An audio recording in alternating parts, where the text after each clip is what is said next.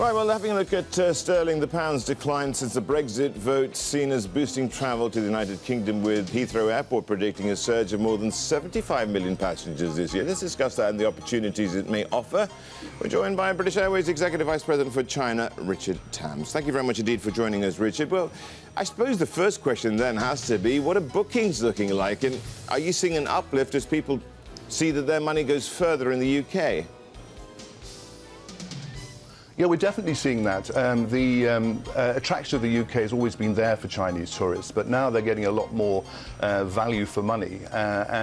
So the UK is continuing to grow as a destination from China.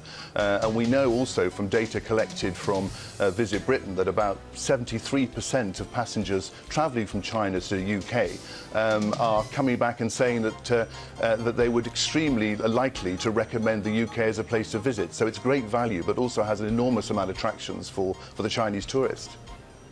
What are you seeing then in terms of forward bookings for the summer?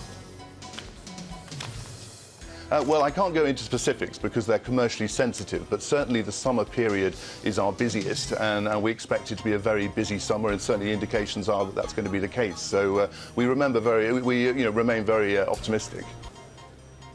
Well, what proportion is not tourism? How much is also business related when it comes to that? And do you see trade ties between the Chinese and the British actually getting stronger by what you see in your premium cabins, for instance?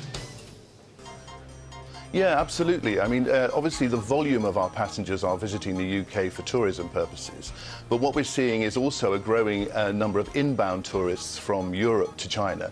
But also, as you say, with the commercial links growing between the UK and China, from both Beijing and Shanghai, we're seeing a lot more business travellers. So that gives us another reason for optimism. Right, but then that brings me to the next question, because, I mean, there are many of your European competitors who fly to many more destinations in mainland China than you do. How much of that expansion that they can actually undertake is because they have airports which can manage it, whereas, of course, you're constrained by Heathrow? How much of Heathrow's, well, current size limits what you can do in China? I think when the opportunities are there and we believe that we can sort of develop a route that's commercially sustainable, then we will. At the moment, we fly to 3 points in Greater China: Beijing, Shanghai, and Hong Kong.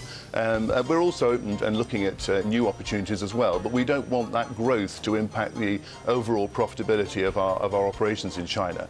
And Beijing and Shanghai obviously remain a very attractive destinations for us. Yeah, but you also, Richard, see a lot of growth in terms of that sort of well-to-do, emerging middle class that we like to talk about from China, coming through from a lot of the second-tier, even third- and fourth-tier cities. Are those feasible locations to expand where you fly to and from? And also, if you're talking about these expansion plans, are you in the market for another alliance partner other than Cathay, I should point out? Well, obviously, One World doesn't have a mainland Chinese partner, so we're actively talking to other Chinese carriers to develop bilateral relationships.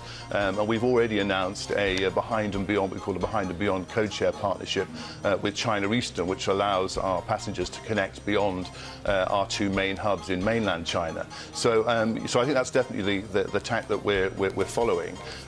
In terms of the demand out of Tier 2 cities, yes, I think that certainly the affluent, independent traveller, those volumes of travellers are growing from Tier 2 cities, and it does give an opportunity for diversifying into that market from those Tier 2 cities. And obviously we're looking very closely at what that next gateway will be for us.